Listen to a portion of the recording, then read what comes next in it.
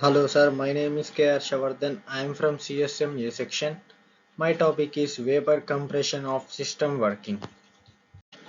Now we are discussing about introduction to vapor compression system working.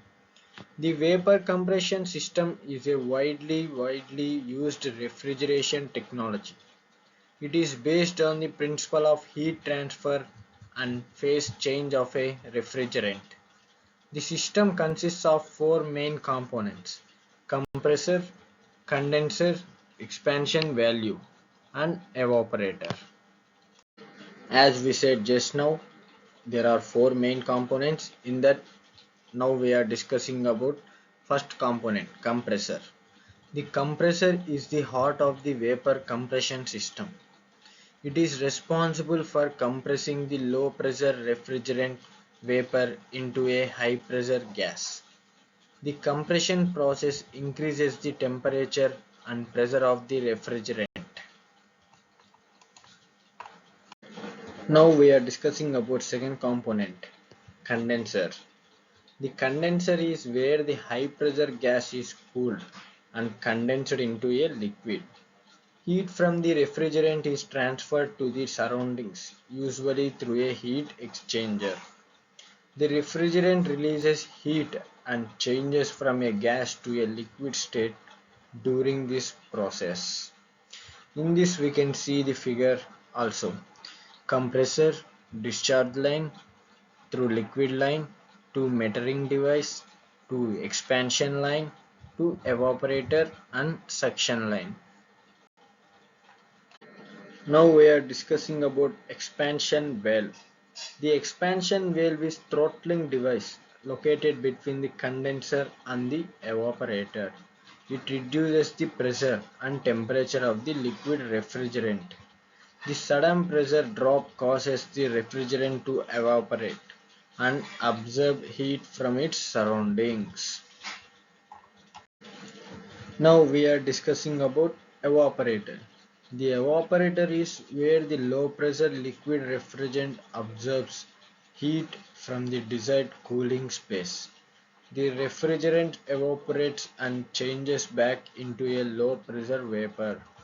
Heat transfer occurs between the surroundings and the refrigerant during this phase change. Here again also this figure is repeated. You can see here compressor, condenser, metering device and evaporator. Evaporator is used to the low pressure liquid refrigerant to absorb heat from the desired cooling space. The refrigerant evaporates and changes back into low pressure vapor. Now we are discussing about refrigerant flow. The refrigerant flows in a continuous cycle within the vapor compression system. It undergoes phase changes and heat transfers in each of the four components. The compressor circulates the refrigerant through the system, maintaining the desired cooling effect.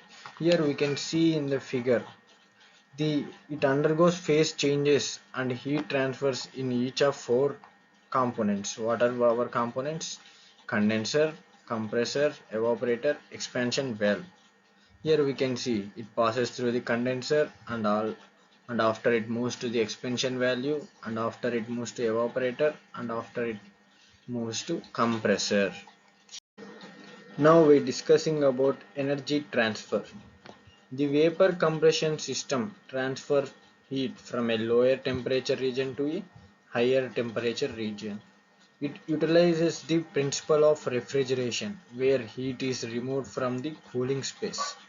This energy transfer allows the system to provide cooling or air conditioner.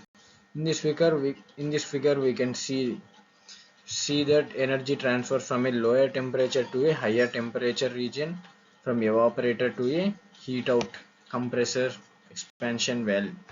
It passes through all four components. Now we are discussing about efficiency considerations. The efficiency of a vapor compression system depends on factors such as the choice of refrigerant and system design. Proper maintenance and regular cleaning of the components are crucial for optimal performance. Energy efficient compressors and heat exchangers can improve the overall efficiency of the system. Now we are discussing about applications of vapor compression. Vapor compression systems are used in various applications, including residential and commercial air conditioning, refrigeration units, and heat pumps. They are also used in industrial process such as food preservation and chemical manufacturing, and versatility and efficiency of these systems make them widely adopted in different sectors. The advantages and disadvantages of vapor compression. Advantages: vapor compression systems provide efficient cooling, are widely available, and can be easily controlled and adjusted. Disadvantage: they require electricity to cooperate and may contribute to environmental issues due to the use of certain refrigerants. Now we will briefly discuss about what we discussed. The summary. The vapor compression system is a common refrigeration technology with four main components: compressor, condenser, expansion valve, and evaporator. It transfers heat from a lower temperature region to a higher temperature region, providing cooling or air conditioning. Proper maintenance and system design contribute to the efficiency and performance of the system. Okay, sir. Thank you for listening my presentation. I hope you like my presentation.